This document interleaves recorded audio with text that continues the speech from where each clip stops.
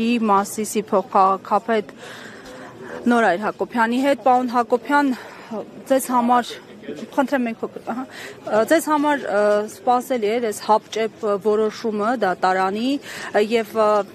եթե ծանոթ եք մեղադրանքին, ինչպես կգնահատեք։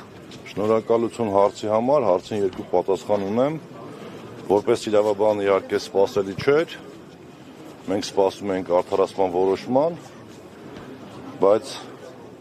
բոլորս հասկանում ենք, որ քաղաքական դրդապատճառներով սպասելի էր, որ նմանատիպ որոշում կլինի, բայց սա չափից ավելի շատ էր, քան մեր սպասելիքը։ Եթե անգամ պետքա լիներ դատավճիռ մեղադրական, ապա գոնե պետքա լիներ նվազագույնով, այլ ոչ թե առավելագույնով, բայց հաշվի չառնելով մի շատ հանգամանքներ, մի կողմ դնելով գործի ոչ իրավական մասը, մի կողմ դնելով լիքը հանգամանքներ, 4 երեխաների հայր, անչափահաս երեխաների հայր, իրենց մատնանշած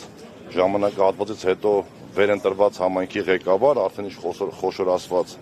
համայնքի ղեկավար, մի շարք հանգամանքներ հաշվի չառնելով նրանք այնպիսի դատավճիռ կարդացին, որով զրկեցին նրան եւ ազատությունից, որով նաեւ կարող էր այդ ժամանակահատվածը օգտագործել առաջի արձանի դատանը վերաքննություն բողոքարկելու, այլ նաեւ դատապարտեցին 6 տարի 3 ամիս ազատազրկման։ Սա ուղղակի աբսուրդի ժանրից է։ Պարոն Հակոբյան, առիթ ունեցել եք զրուցել այս օրերին, երբ արդեն տեղեկացել եք խափանամիջոցի փոփոխության մասին Համբարձումյանի հետ, ինչպիսի տրամադրվածություն ուներ, ինչ էր ասում, ինչ էր նշում։ Բնականաբար առիթներ շատ են եղել, բարբերաբար ենք զրուցել, կախված աշխատանքային, նաեւ մեր հետագա նորությունների մասին։ Քմծիծաղով եւ հեգնանքով են նայում դատավճռին, զարմացել էր, որ իրեն ճանաչողները մտածում էին, որ կարող է նա որևիցե մի պահ, մի վայրկյան մտածի, որ կարող է փախնի եւ դիմի փախուստի, եւ նա վստահ է, որ իր պայքարը հասնելու է հաջողության եւ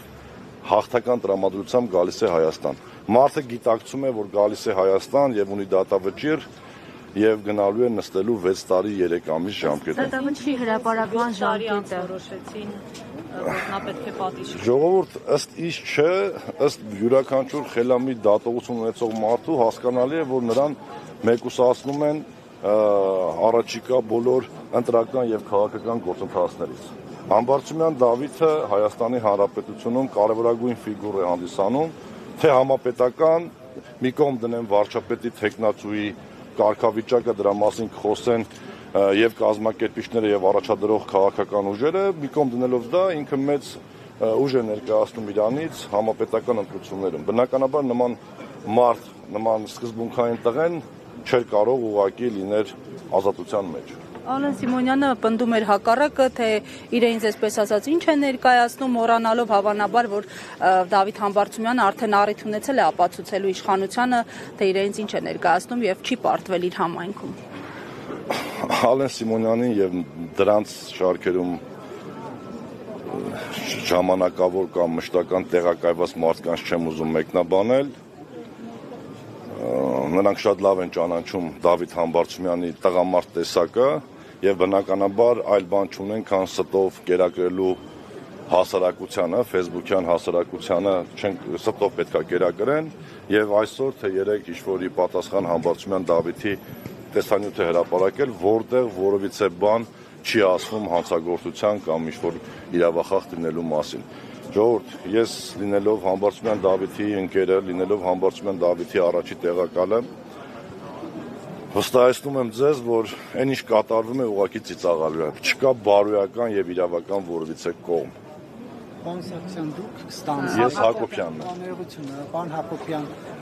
Պարոն Հակոբյան, դուք ստանձնեք քաղաքապետի պարտականությունները այդ ընթացքում, ինչ պարոն Համբարձումյանը լինի անազատության մեջ։ Մինչև այսօր պարոն Համբարձումյանը գտնվում էր արձակուրդի մեջ եւ ես էի փոխարինում նրան։ Այսօր լրանում այս վաղվանից նա պետք է ներկայանար աշխատանքի։ Ըստ օրենքի նրա բացակայության ժամանակ փոխարինում է նրան համայնքի ղեկավարին բացակայության ժամանակ փոխարինում է առաջի տեղակալը Մասիս համայնքի պարագայում հանդիսանում եմ ես։ Բայց զարգացումները հաշվի առնելով մենք խելամիտ որոշում կկայացնենք եւ կգնանք առաջ։ Ես մի բան կարող եմ փաստել, որ Դավիթ Համբարձումյանի կազմած եւ ղեկավարած քաղաքական եւ աշխատանքային թիմը ուժեղ է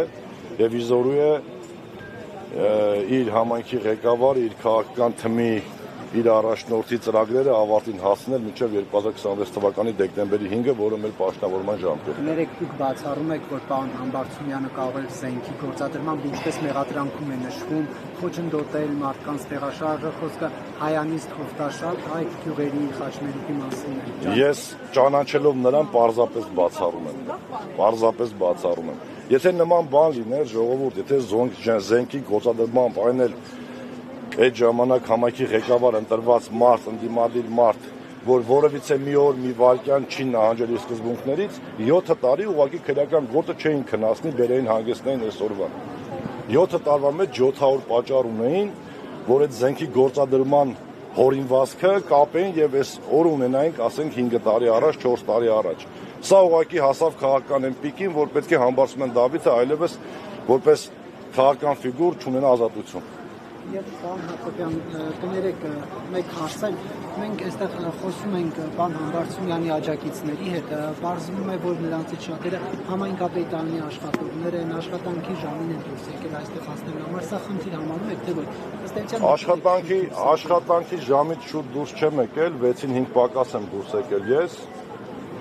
երևի թե կլինեն մի քանի աշխատողներ, որոնք կարող է 5-ից 6-ին 5 պակաս դուրս եկած լինեն, որևիցե հրահանգ, որևիցե կազմակերպչական աշխատանք չկա ու ես բարոյական իրավունք չունեմ իրենց քաղաքական թմի ղեկավարին, ում հույս կա գոնե մինչև կալանավորում է 1 րոպե, 1 անգամ տեսնելու կամ ողջունելու, ասել մի շտապեք այնտեղ։ Չեք կարծում, որ դա խնդիր կդառնա։ Ոչ, չեմ կարծում։ Եթե 5 կամ 6 աշխատակից կամ 10 աշխատակից 6-ին 20 պակաս է դուրս եկել աշխատանքի վայրից, դա ընդհանրապես աշխատանքային հարաբերությունների հարց է եւ աշխատակազմի քարտուղարը կամ համայնքի ղեկավարի պարտականություններ կատարողը քննարկի արդյոք դա կարգապահական ուժի հարց է թե ոչ, ավել բան չկա։ Շնորհակալ։ Ես եմ շնորհակալ։ Հարգելի հետևողներ, այստեղ աջակիցների թվում նաև